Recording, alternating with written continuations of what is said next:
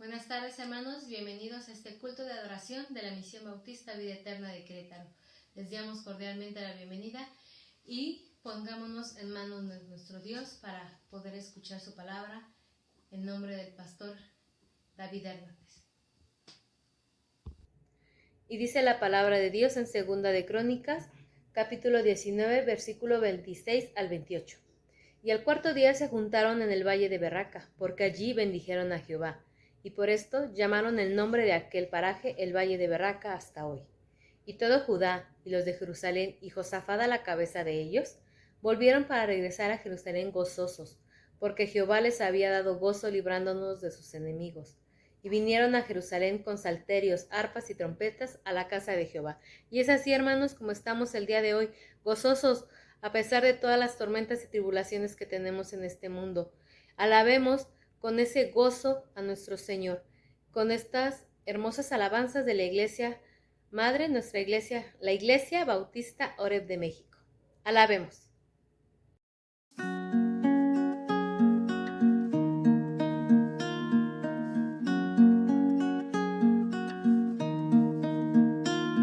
Enséñame, Señor, a mirar como tú. Enséñame, Señor, a pensar como tú. Enséñame, Señor, a caminar así. Enséñame, Señor, a discernir así. Enséñame, Señor, a orar como tú. Enséñame, Señor, a decir como tú.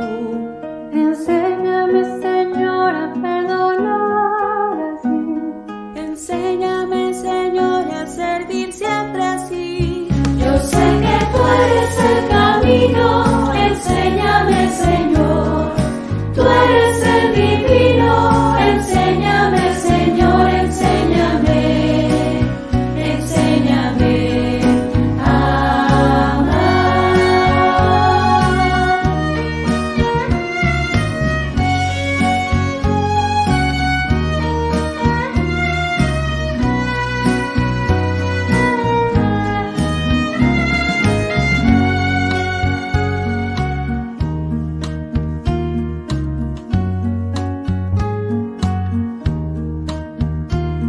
Enséñame, Señor, a recibir de ti. Enséñame, Señor, a depender de ti. Enséñame, Señor, a comprender tu amor. Enséñame, Señor, a parecerme a ti. Yo sé que tú eres el camino. Enséñame, Señor. Tú eres el divino. Enséñame, Señor, enséñame. Enséñame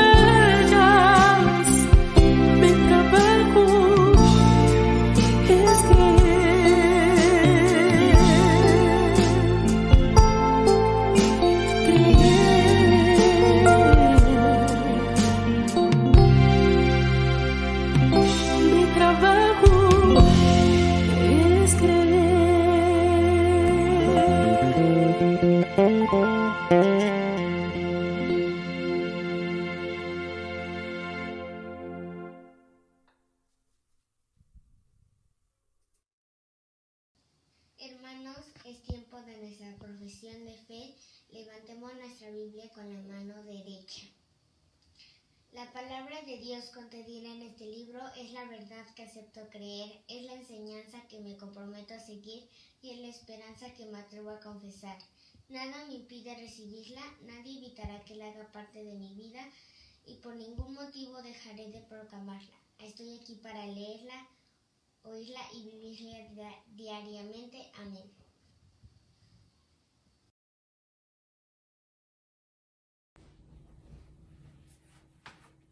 Muy buenas tardes, queridos hermanos, hermanas, amigos, amigas.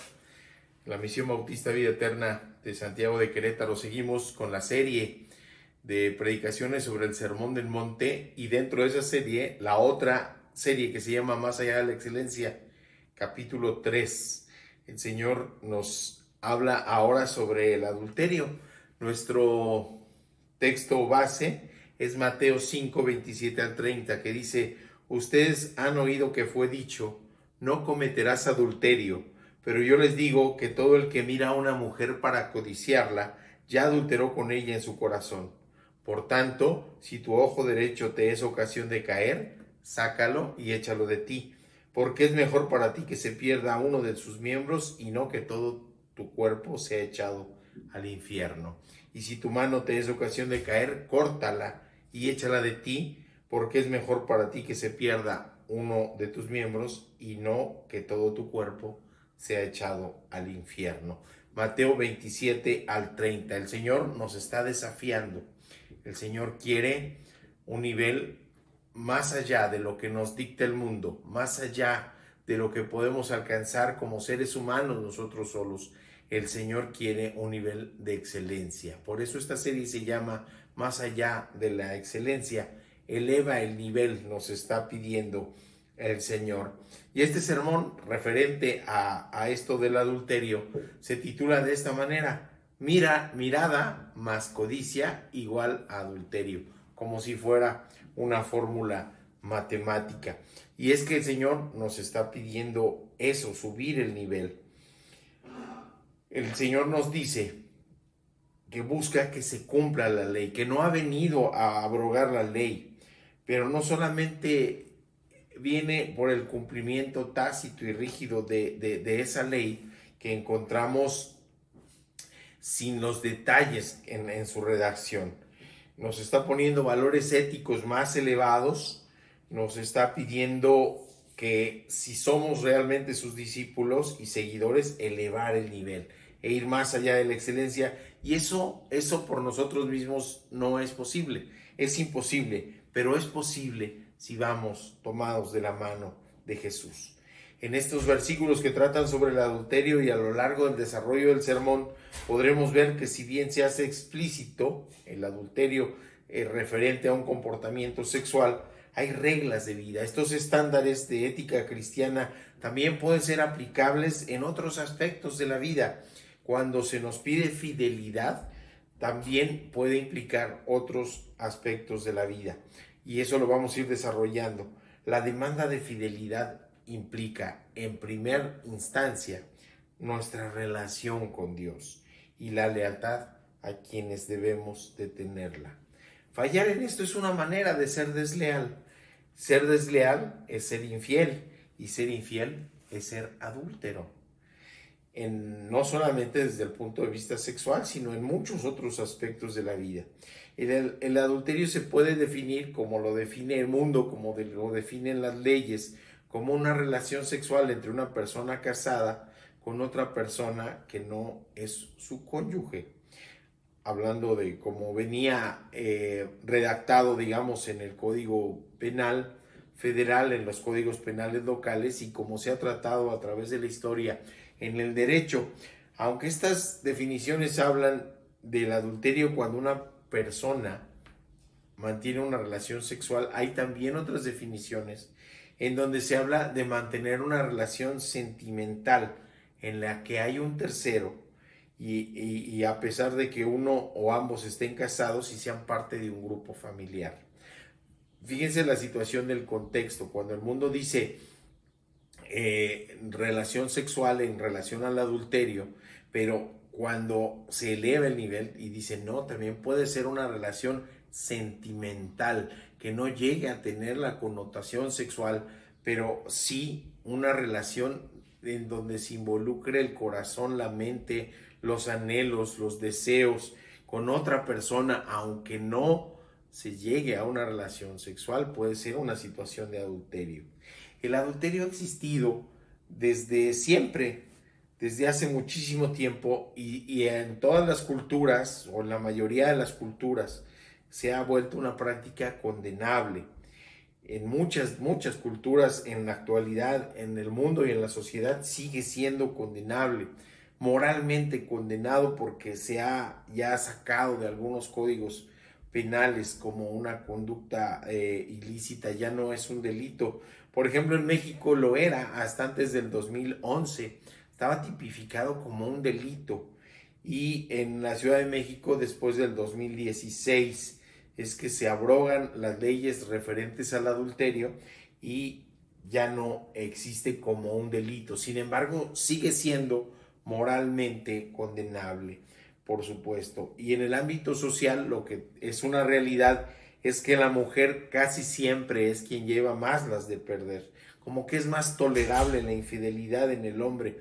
No queremos decir que eso está correcto, por supuesto que no. Sin embargo, así es como se ha desarrollado la situación en la sociedad. Cuando un hombre es infiel, cuando un hombre es adúltero, como que lo tolera más la sociedad y la mujer es más condenada por esto.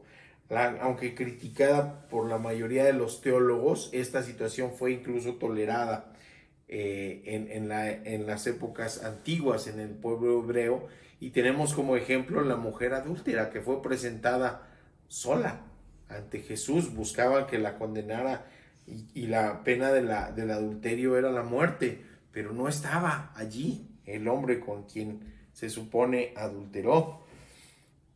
Así que es algo tendencioso. Sin embargo, el espíritu de la ley de Dios y el espíritu de lo que Jesús quiere de sus discípulos no es una visión misógina. Por el contrario, condena la situación de igual manera en un hombre o en una mujer. El adulterio como un pecado, más que un delito, porque puede estar fuera ya del código penal, sin embargo, moralmente y en la ética cristiana como algo condenable, como algo que tenemos que evitar, porque las consecuencias de las que habla el Señor es el infierno. Y el infierno, desde el punto de vista teológico, escatológico, pues es algo que existe, y lo peor que nos puede suceder a los seres humanos es estar alejados de Dios. Es el infierno estar alejados de Dios, y el pecado nos aleja de Dios. Por eso el Señor nos advierte tanto. Ha sido a través de los tiempos, y lo que podemos mirar es precisamente la situación moral y de ética cristiana. Lo que el Señor quiere es que elevemos el nivel. Lo que el Señor quiere es que vayamos más allá de la excelencia mundana. Él quiere que vivamos como es su buena y santa voluntad. Por eso es que en esta serie de predicaciones, que son 6, vamos a la mitad, el Señor nos pide esta situación. Después de las bienaventuranzas, de dar un perfil de cómo debe ser el ciudadano en el reino, ahora va en puntos muy específicos, y en esta parte pues toca lo que corresponde al adulterio. Vamos a las enseñanzas. El Señor dice: han oído que fue dicho y yo les digo. Así es la primera enseñanza. Lo que el Señor menciona va más allá de la tradición oral de los escribas. Se refiere a la ley dictada a Moisés cuando dice: has oído que fue dicho. Que si hacemos alegoría con las leyes humanas, lo que encontramos en el Éxodo 20, los mandamientos, es como si fuera la Constitución. Es una ley general, y lo que el Señor hace es ir a desmenuzarla, a analizarla, a buscar la aplicación práctica, lo que son, digamos, las leyes reglamentarias para poder cumplir con la ley suprema que el mismo Dios nos da. Es el detalle fino de la aplicación de la ley. No es que sea una ley secundaria, como le llaman en las leyes, ¿verdad? Que todo reglamento y toda ley pueda estar por debajo de la Constitución. Aquí lo que hace el Señor es vamos a desglosar, vamos a analizar, vamos a reflexionar para cumplir el verdadero espíritu de la ley, de lo que viene precisamente en el libro del Éxodo. Y esto en relación del adulterio viene así en cortito, viene pequeñito. En Éxodo 20:14 dicen 3 palabras: no cometerás adulterio. Punto. Hasta ahí nos dice. Y el Señor dice y especifica, no viene a abrogar. Jesús viene a cumplir la ley a cabalidad y viene a decir, lo escrito se cumple, y más aún, con el poder de ser Dios mismo, nos dice el espíritu de esta ley. Nos dice la manera de la aplicación práctica de esta ley. Y como hemos visto, pareciera que el adulterio es la consumación de la carnalidad, en la infidelidad. Es el acto sexual mismo, según los valores del mundo, con alguien diferente. Qué difícil era desde el punto de vista legal, y lo decían los abogados. Bueno, tenemos que comprobarlo. El acto sexual mismo ahí tiene que ser comprobable, porque tenía que ser atrapados, nos decía la ley, infraganti. La comprobación era una manifestación externa de una conducta. Esa situación ocurría ya en la mente de la persona, en el corazón de la persona, y el acto sexual era la manifestación externa de lo que estaba ocurriendo. Y entonces, así con esas tres palabras, no cometerás adulterio, de Éxodo 20:14, el Señor ahora dice, con la autoridad de ser Dios mismo, dice, pero yo les digo. Por eso contrastamos esta situación entre la parte, digamos, fuerte, dura, robusta de la ley en Éxodo, y después la aplicación práctica de nuestro Señor. Con la misma autoridad de ser Dios encarnado, dice, yo les digo. Y él dice, yo les digo que el que mira a una mujer para codiciarla, ya adulteró con ella en su corazón. En esta situación de ir más allá de la excelencia, no es solamente la manifestación externa lo que condena a Jesús. Jesús nos dice también lo que ocurre dentro de tu mente y lo que ocurre dentro de tu corazón es ya un pecado. Es el espíritu de la ley.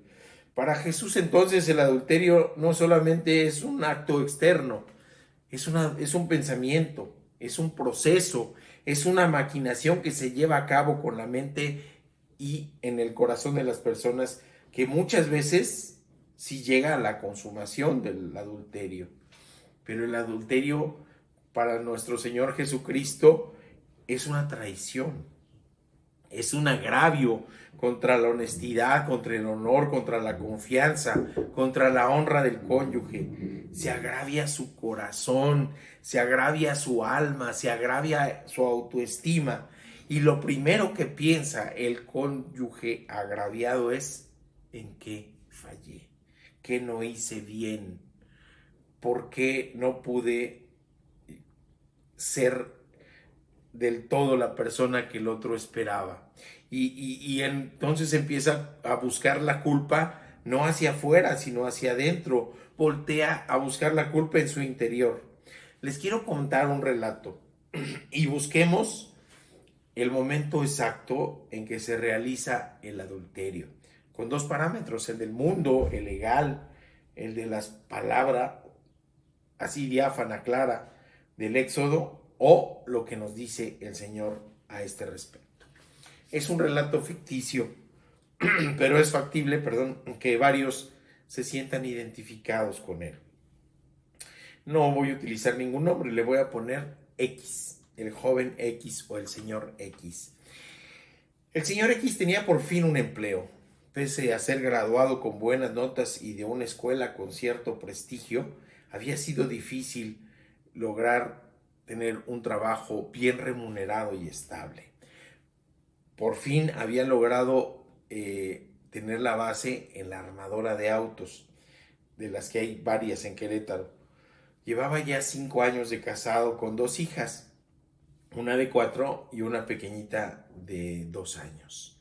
Él decía que su esposa y sus hijas eran su motivación, su razón de buscar la superación, su razón de ser y de vivir. Con ello, de tener ya su empleo estable, de tener ya un empleo remunerado, tuvo la posibilidad ya no de tener un teléfono celular de prepago, sino de contratar un plan de pospago y tener así un smartphone de calidad. Ya no se preocupaba por gastar los datos de su celular y tenía entonces mayor libertad para utilizar las redes sociales. Dentro de ellas una, Facebook. Y dentro de ellas ahí aparece, personas que quizás conozca, la foto de una chica, decía. Le llamó la atención, le gustó de primera instancia, así que abrió el perfil. Tenían un amigo en común y era nada más y nada menos que su colega, su camarada, su amigo, su compañero de trabajo con el que convivía diario. Así que lo primero que hizo fue interrogarlo, preguntarle de ella, si la conocía personalmente o qué tenía más. Empezó a preguntar de ella a ese amigo. Y después de que tuvo alguna información, le mandó su solicitud de amistad. Qué inocente, en Facebook. Y ella lo aceptó. Después de esto, él pudo revisar con mayor libertad el perfil de esta chica y pudo ver sus gustos, sus salidas, la manera en que vestía, la manera en cómo se maquillaba. Dudó mucho. Sin embargo, le pudo mandar un mensaje por una red social añadida, que es el Messenger. Ya había tenido un contacto, aunque no personalizado, pero sí ya más directo con ella a través de esto. Ya sabía todo lo que puede verse en las redes sociales, que hay personas que ponen muchas cosas. Se puede uno enterar de la vida de las personas ahí. Decía soltera, decía su información, estudiante, y sabía dónde estudiaba y dónde vivía. Sus gustos musicales, por ejemplo, también lo sabía. Y a cada rato empezó a tener esa cosquilla, esa necesidad de revisar qué publicaba. Las fotos, las historias, se fijaba en el maquillaje y en la ropa. Le gustaba, definitivamente le gustaba. Pero no había dado el siguiente paso, no había pedido a través del Messenger el número telefónico. Lo dudaba, pues él se consideraba felizmente casado y no quería fallar ni a Dios ni a su esposa, y menos al servicio que desempeñaba en la iglesia. Estaba integrado al grupo de alabanza. Un día de poco trabajo pensó, bueno, ¿qué tendrá de malo contactarla directamente? Y la tentación fue mayor que sus fuerzas. A partir de ese momento en que mandó mensaje por Messenger y le contestaron ya con el número telefónico, ingresaron a otra red de WhatsApp, otra red social donde el contacto es mucho más directo. Los mensajes fueron y vinieron en una chat que parecía interminable. Se dejó atrapar por la red como si fuera una red tejida por una araña, como si fuera la telaraña, y también por la red social. El joven X y esta chica se encontraron por primera vez para tomar un café. Todo inocente. No pasó nada, solo plática. No hablaron de amor, sino de trivialidades, del cine, de deportes, de música. Quizás al momento de despedirse sostuvo la mano un poquito más de tiempo convencional. La pasamos bien, dijeron, tenemos que repetir la salida. Le ilusionaba tanto volver a verla. Pero también había en su corazón una lucha. Había una sensación de culpa que le asaltaba. Fallarle a su cónyuge, bendecir los alimentos y orar, le resultaba un motivo recurrente de culpa, que la conciencia le torturara. Y al estar en la alabanza se sentía falso y sucio, porque esa sensación de culpa se hacía más pesada. En su mente y en su corazón había lucha. Pero habían quedado de verse nuevamente y los días se le hicieron eternos. Se pasaba contando las horas porque también pensaba él en ese siguiente encuentro, en lo bien que la pasaron, y contaba las horas, y la siguiente vez pidió permiso para salir del trabajo mintiendo para que le dejaran salir antes. Cualquier pretexto era bueno. Ella no asistió a las últimas 2 clases de la universidad y cayeron en la infidelidad. Y el matrimonio del señor X terminó en divorcio. Ya no está en el coro del templo, ni asiste a sus clases de la Biblia. Se ha alejado de la iglesia, de sus hijas, de su ex esposa. Tiempo después, esta joven lo dejó porque empezaron a aflorar las diferencias entre ambos. Eran muy diferentes. No había mucho en común. Ella no estaba dispuesta, por ejemplo, a ligarse definitivamente con alguien que tendría durante muchos años una carga económica por una pensión alimenticia, o que no tuviera la libertad de tiempo, pues el joven X tendría que convivir con sus hijos. Ella era joven, estudiante, universitaria, así que podía conseguir una persona que no tuviera que gastar tiempo con otras personas, que la tuviera solo para sí, y mucho menos, pensó ella, el tener que convivir con los hijos ajenos. Estaba muy joven para convertirse en nana. No le agradaba para nada la idea salir, y lo digo entrecomillados, en familia con este joven y sus hijas, y decidió dejarla. Definitivamente tenía otras prioridades y otros planes. Aquí concluye este relato, que es falso, es ficticio, pero pensemos con los valores del mundo, con lo que nos dice el Éxodo y con los valores que el Señor nos pide. Una ética cristiana más allá de la excelencia. ¿En qué momento empezó la infidelidad? ¿Usted qué dice? ¿Usted qué piensa? ¿Cuando se cometió y se consumó el acto sexual entre este joven casado y esta chica? ¿O fue antes? Cuando él la vio, cuando él empezó a averiguar, cuando empezó con esa intencionalidad a querer conocer más de ella. Para cuando se realizó la consumación de la infidelidad, él ya tenía buen rato adulterando con la visión ética de nuestro Señor Jesucristo. Los mensajes, las llamadas, el averiguarle, el buscarle, el fijarse, desde la primera vez que vio la foto y pensó en la posibilidad de que fuera algo más que una mirada de admiración. En el momento en que codició, en ese momento empezó el adulterio. La infidelidad y el adulterio no son, la mayoría de las veces, un hecho aislado y único, algo que se encuentra, algo que allí está, sino más bien es algo que está en medio de un proceso de hechos ligados, concatenados y realizados todos con una intencionalidad. Ocurre como cuando uno cae en las arenas movedizas. Me gustaba mucho a mí una serie del Tarzán de los años 70 con Witzmüller, me parece que era el apellido y sacaban lo de las arenas movedizas ahí en la selva africana, y caían en las arenas movedizas y decían: no te muevas, porque mientras más te mueves, más te hundes. Mientras más luchas por salir, más te atrapas, hasta que alguien de afuera, alguien que estuviera en suelo firme, te pudiera rescatar. Y en esta situación, el que puede rescatarnos, el que está en firme, el que tiene el poder de sacarnos de ahí, es Jesús, es Jesucristo nuestro Señor. Por eso advierte de estos valores éticos, por eso advierte de esta situación interna primero, antes de la manifestación externa. Lo que ocurre en la mente y en el corazón interesa a nuestro Señor, porque es el momento en que esto se pueda parar sin que tenga consecuencias más graves, como este joven que terminó alejándose de la iglesia por vergüenza y perdiendo a su familia. Vamos a la segunda enseñanza. el valor de ver sin codicia. Y es que el Señor nos habla de eso. Aquel que mira con codicia, entonces está poniendo dos condiciones. Una es la mirada y la otra es la codicia.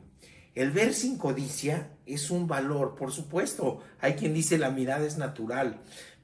Sí, la mirada es natural. Se puede ver a alguien con admiración, se puede ver a alguien con respeto. No es problemático eso, pero ver con codicia, ese sí ya es un contravalor. Por ello el Señor lo especifica. Y analizamos entonces, tenemos que analizar lo referente a la codicia, porque marca diferencia en el ver. El ver sin codicia y ver con codicia, es la codicia lo que marca la diferencia. ¿Y qué es la codicia entonces? Bueno, es el deseo con vehemencia, nos dice el diccionario, es decir, con pasión, con necesidad de poseer algo o alguien. Y qué feo suena esta definición cuando se refiere a una persona, porque desear poseer a alguien lo que hace es que a esa otra persona, al objeto del deseo, la cosifica, le quita su humanidad para convertirlo en una cosa que se puede tener y poseer. Le quita el valor a la persona. Muchas personas aducen que la mirada, les digo, es natural, incluso es por admirar la belleza incluso. Pero si además hay codicia, es porque también hay lascivia, es decir, un exacerbado deseo sexual. Y por lo tanto también hay lujuria, que es un deseo descomedido y exacerbado. Y entonces podemos ver que es una cadena de cosas desagradables, de cosas pecaminosas. En este joven del relato hubo eso, hubo codicia, hubo lascivia, hubo también lo que es la lujuria, y empezó a dar pasos encaminados para consumar el acto, y después vino el engaño, las mentiras. Es como una bola de nieve que va creciendo de pecado y que nos puede arrastrar a cualquiera. Y todo esto es una situación que es exactamente contraria a lo que es la castidad, el recato, el pudor, la pureza. El instinto sexual es un instinto natural. Dios no los dio a todo mundo, pero también nos los dio para vivirlo en un contexto de respeto, de pureza en el matrimonio. Puede que esto quede solamente en el pensamiento y en el corazón y no se llegue a la manifestación externa del adulterio, que es el acto sexual en sí, pero nuestro Señor nos dice, antes de llegar a eso, páralo cuando está solamente en tu mente y en tu corazón. Son valores éticos por encima del mundo. Y ahora está, les digo, ya hablando del verdadero espíritu de la ley, de la codicia. Y tan es importante esta situación de la codicia que dentro de los mismos 10 mandamientos, Dios le dicta algo ya más extenso, más de las 3 palabras de Éxodo 20:14, referente a la codicia nos habla en Éxodo 20:17 y nos dice, no codiciarás la casa de tu prójimo, no codiciarás la mujer de tu prójimo, ni su esclavo, ni su esclava, ni su buey, ni su asno, ni cosa alguna que sea de tu prójimo. Aquí está siendo mucho más explícita ya la ley, sí, porque nos habla de la codicia no solamente desde el aspecto sexual, como a lo que se refiere el Señor en esto del adulterio, la mirada con la codicia, sino nos está hablando en todos los aspectos de la vida. Pedro, en una de las cartas, se refiere en forma fuerte a quienes tienen su galardón en las cosas mundanas, quienes encuentran el galardón en el mundo, en las cosas cotidianas, en lo de aquí, cuando no se tiene la mira en las cosas del cielo, cuando no se tiene la mira en las cosas de Dios, nos conformamos con las cosas del mundo. Nos dice la segunda carta de Pedro, capítulo 2, versículos 13 y 14, recibirán injusticia como pago de la injusticia, porque consideran delicia el gozar en pleno día de placeres sensuales. Estos son manchas y suciedad que mientras comen con ustedes se deleitan en sus engaños. Tienen los ojos llenos de adulterio, son insaciables para el pecado, seducen a las almas inconstantes y tienen el corazón ejercitado por la avaricia. Son hijos de maldición. Qué duras palabras nos está diciendo aquí Pedro referente a personas que buscan los placeres del mundo. Por eso en relación a la codicia es un deseo de poseer, de tener, de ganar, de estar en este mundo sin pensar en Dios y en pensar en la vida eterna. La maldición no la da Dios. No pensemos en un Dios castigador y en un Dios que condena. La maldición la dan las mismas acciones de las personas. Y es que la situación no es externa. No pensemos en la maldad del mundo. Cuando pensemos en maldad, el Señor nos dice, antes de que se consume esto del adulterio, si miran con codicia ya es adulterio, porque Él quiere que antes de que tenga una manifestación externa se limpie el corazón de las personas, y no por la persona misma, sino por Dios.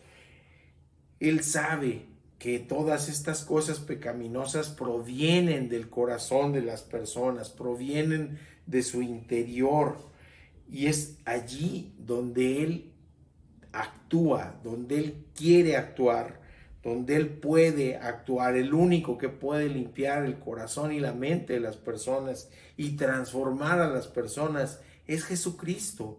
Por eso quiere que le demos autorización, permiso, cuando lo aceptamos como nuestro suficiente Salvador y único además, es el decirle, sí Señor, ven a mi corazón, y Él empieza a actuar ahí, porque es allí donde se tiene que actuar, es allí donde se tiene que parar.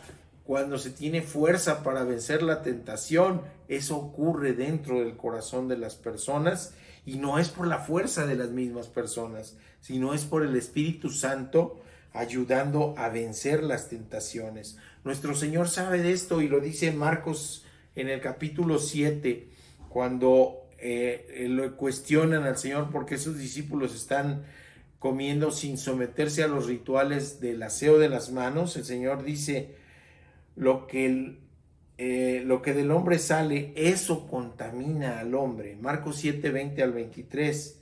Porque desde dentro del corazón del hombre salen los malos pensamientos, las inmoralidades sexuales, los robos, los homicidios, los adulterios, las avaricias, las maldades, el engaño, la sensualidad, la envidia, la blasfemia, la insolencia, la insensatez. Todas estas maldades salen de dentro y contaminan al hombre. El Señor sabe lo que hay en el corazón de los hombres, sabe las motivaciones, sabe los pensamientos.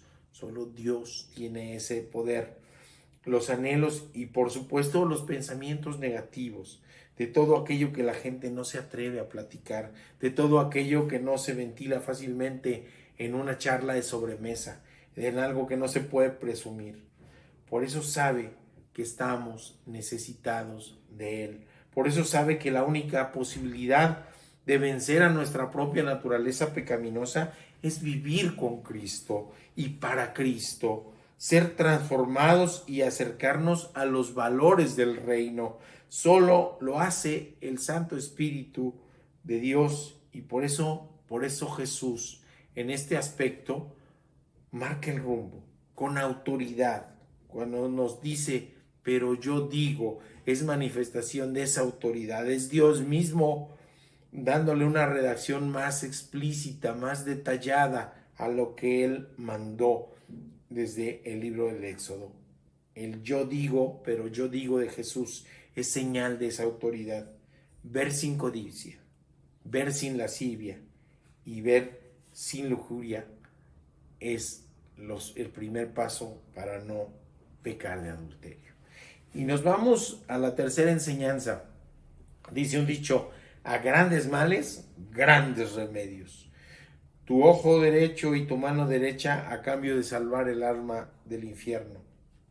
Es un cuestionamiento. Y cuando se tiene conciencia de lo que es estar alejado de Dios y de las consecuencias. No sabemos si al final de los tiempos o a qué se refiere específicamente con esto del infierno, pero parece poco pagar eso para no ir allá al infierno. Parece poco, aunque suene duro, aunque suene drástico, pero el Señor, que cree, no lo está pidiendo en una forma literal. Lo que el Señor nos está diciendo es que se requiere de soluciones fuertes, intensas, definitivas, inclusive si son dolorosas. Si usted mira con lascivia, con lujuria, con codicia, una pantalla de un teléfono celular o de su computadora, porque está mirando pornografía, usted está adulterando y usted requiere apagar eso, no volver a entrar a esa página. Una solución drástica: hágase acompañar de la persona que ama cuando esté trabajando en la computadora, si es posible. Considere si cerrar redes sociales o salirse de las redes sociales, salirse de grupos, si es que fuera necesario, para que no haya codicia, lascivia y lujuria en eso. Son grandes males, grandes remedios, soluciones dolorosas. La solución puede y debe no ser a medias tintas. Cuando uno, y lo digo como cirujano, plantea la cirugía como solución, sabe que no es la solución más sencilla, sabe que no es la solución más pronta, porque requiere un periodo de recuperación y de rehabilitación. Sabe que no es la solución más barata, sabe que no es la solución más accesible en ocasiones. Sin embargo, sabe que a grandes males, grandes remedios, porque lo que el Señor plantea, quitar el ojo y quitar una mano, es una cirugía. Al final de cuentas es eso, es una solución de fondo, aunque sea dolorosa, aunque sea más costosa, aunque sea difícil de aceptar. Cuando es necesaria, es necesaria. Cuando se necesita, se necesita. ¿Qué es lo que está haciendo que usted adultere? Y decía yo, puede ser en cualquier aspecto de la vida. Nos comentaban, nos platicaban de una persona que era aficionada a la lucha libre, y la lucha libre le estaba haciendo que fuera infiel al Señor. Servía en una iglesia, pero se iba los viernes a las luchas. Los viernes a las luchas del Consejo Mexicano a la Arena México, y llegaba de madrugada, y el sábado veía las luchas, y el domingo veía las luchas, y empezó a dejar de ir a la iglesia, dejó de servir por ir a las luchas. Estaba siendo infiel al Señor, porque estaba anteponiendo otras cosas por encima de esto. ¿Son malas las luchas? No, es un deporte, es un espectáculo, pero cuando se pone por encima de Dios, es una infidelidad. Y este hombre lo estaba haciendo no solamente con Dios, estaba descuidando a su familia. Ya no salían, ya no convivían, porque él estaba poniendo las luchas por delante. La infidelidad se puede dar, decía yo, en otros aspectos de la vida, y principalmente en nuestra relación con Dios. Y a veces no es que sean cosas necesariamente malas, pero hay gente que antepone, por ejemplo, su trabajo a cualquier otro aspecto de su vida, a su familia, a sus hijos, a su relación con Dios. ¿Y es malo que trabaje tanto? No, no es malo. Lo que es malo es anteponerlo, ponerlo por encima de la relación de Dios, por encima de la relación de la familia. Así que la infidelidad se puede dar en otros aspectos. Si anteponemos entonces cualquier cosa o cualquier persona en nuestra relación con Dios, estamos siendo infieles con Dios. El problema es entonces la exposición a situaciones de riesgo. Pues evitémosla, salgamos de la red social, cerremos el perfil, cerremos el chat, dejemos de obsesionarnos con alguna afición, cambiemos, si es posible, que no siempre lo es, si es posible, cambiemos de empleo. Si no es posible, pidamos dentro de nuestro empleo que nos cambien de turno o que nos cambien de departamento si hay una situación de riesgo, una tentación. o pidamos que nos ubiquen, o si estamos en la escuela, a lo mejor podamos pedir un cambio de grupo, un cambio de turno, etcétera. Tenemos que analizar cuáles son las situaciones de riesgo, y eso únicamente lo podemos empezar a hacer si tenemos conciencia de nuestra falibilidad, de que podemos fallar, si tenemos conciencia de que ser cristianos no nos hace perfectamente santificados, estamos en proceso de santificación, si tenemos conciencia de nuestra necesidad de Dios para vencer la tentación, si tenemos conciencia de que requerimos llenar nuestro tiempo, nuestro espacio, nuestra mente, nuestro corazón de Dios, nuestra boca de Dios, de sus alabanzas, de su palabra, para que desechemos todo lo demás. Analizar en forma particular el problema, y saldrán de ese mismo análisis las posibilidades de solución. Pero la solución de fondo, la solución radical, el gran remedio contra el gran mal es llenar nuestra vida de Dios, entregar nuestra vida a Jesús, de modo que nos pueda Él transformar, volver a nacer, nos dice el Señor. Y en la palabra de Dios, por ejemplo, Pablo, inspirado por el Espíritu Santo, nos dice en la carta a los Romanos, capítulo 12, versículos 1 y 2, así que, hermanos, les ruego por las misericordias de Dios que presenten sus cuerpos como sacrificio vivo, santo y agradable a Dios. Es el culto racional de ustedes. Nos está pidiendo exactamente lo contrario a la codicia, a la lascivia, a la lujuria, a la mentira, al engaño, a la infidelidad. Nos está pidiendo pureza, castidad. Nos está pidiendo que subamos el nivel. No se conformen a este mundo, dice Pablo, más bien transfórmense por la renovación de su entendimiento, de modo que comprueben cuál sea la voluntad de Dios, que es buena, agradable y perfecta. La única transformación verdadera es la que puede hacer Dios en nuestra vida. El resultado de llenar nuestro corazón y nuestra mente de Dios, y la consecuencia benéfica en nuestra vida aquí y la trascendencia al futuro, incluyendo la vida eterna. Que nuestro cuerpo sea ese sacrificio vivo y agradable al Señor implica mantenernos lejos de las cosas que nos pueden llevar a consumar al pecado. Pero el Señor nos pide todavía más, mantenernos lejos de las cosas que nos generan tentación, que debilitan nuestra resistencia ante la tentación. Y es por eso que debemos renovar nuestro entendimiento y poner nuestra vida en las manos de Cristo, poner nuestra voluntad en Dios y no en la nuestra, y saber, como lo decía Isaías, que su voluntad es mayor y mejor, y que sus pensamientos son mayores y mejores de lo que pueda ser nuestra voluntad y nuestro pensamiento. Principalmente cuando nuestros pensamientos están nublados, cuando nuestros pensamientos están ensombrecidos por deseos pecaminosos, emanados de nuestra propia naturaleza y nuestra propia concupiscencia. Hay una canción que me gusta mucho de Santiago Benavides que se llama La Pastilla de la Fe. Búsquenla en las diferentes plataformas de streaming. La Pastilla de la Fe se llama, y lo va desarrollando la necesidad de una pastillita de la fe, como sería mucho más fácil que pudiéramos darnos dosis de fe ante las pruebas, ante las dificultades. Nos habla sobre lo necesaria, lo indispensable que sería tener en nuestra despensa a la pastillita de la fe.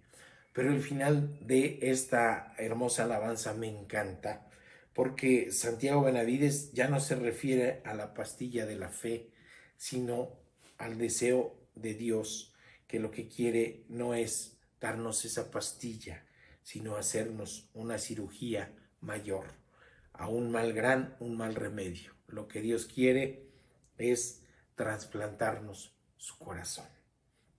Vamos al desafío. Hasta ahora, en esta palabra, todo parece preventivo. En referencia al sermón, en referencia al adulterio, parece preventivo. La semana que viene El sermón tiene que ver referente al divorcio. Y ahí es donde vamos a tratar y a desglosar, a desarrollar más la cuestión ya no preventiva, sino curativa. Evitar el adulterio. El verdadero desafío es superar como matrimonio cuando ha habido una situación de esta naturaleza.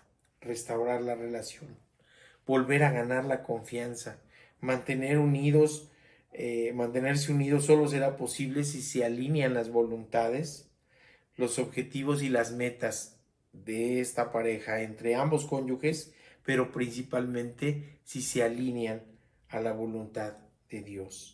La mayoría de los adulterios descubiertos terminan en divorcios y el desafío es enorme, principalmente en esta época de la cultura de lo desechable. Todo está para usar y tirar, y eso incluye en esta cultura actual el matrimonio y la familia. Pongámonos en las manos de Dios. Si está experimentando una situación así, busque consejería en su iglesia local. Hablen con el pastor, hablen con los líderes de matrimonios, hablen cada quien por su lado con los líderes de los varones, con los líderes de las mujeres. Dejen el orgullo a un lado, busquen el perdón mutuamente, busquen poner a su familia y a su matrimonio en las manos de Dios. Que un cordón de 3 nudos difícilmente se rompe, y el nudo más fuerte y el nudo que une y el nudo que impide la ruptura es Cristo nuestro Señor. Padre bendito, gracias Señor por tu palabra hermosa. Gracias Señor porque podemos ir trabajando de esto. Te pedimos, Padre bendito, que nos bendigas, que nos des sabiduría, Señor, de la sabiduría que proviene de ti, Señor. Que nos abras nuestra mente y nuestro corazón a tu palabra, Señor.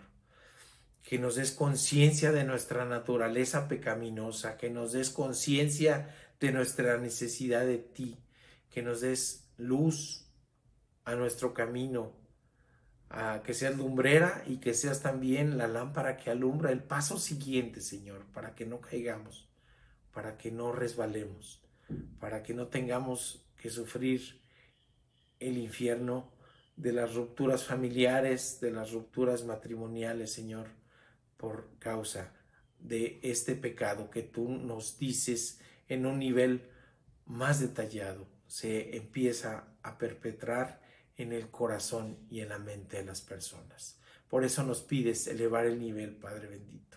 Por eso nos pides ir más allá de la excelencia, y necesitamos ser conscientes que eso no lo podemos hacer por nosotros mismos, sino por tu gracia, por tu misericordia, por tu piedad y por tu amor. Te damos gracias por todo ello, Padre, en el nombre precioso de nuestro Señor Jesucristo. Amén. Pasen a las siguientes alabanzas, mis hermanos, y que Dios les bendiga, que Dios les hable en su corazón, que Dios nos confronte con nuestra realidad en este mundo en que vivimos. Que Dios les bendiga.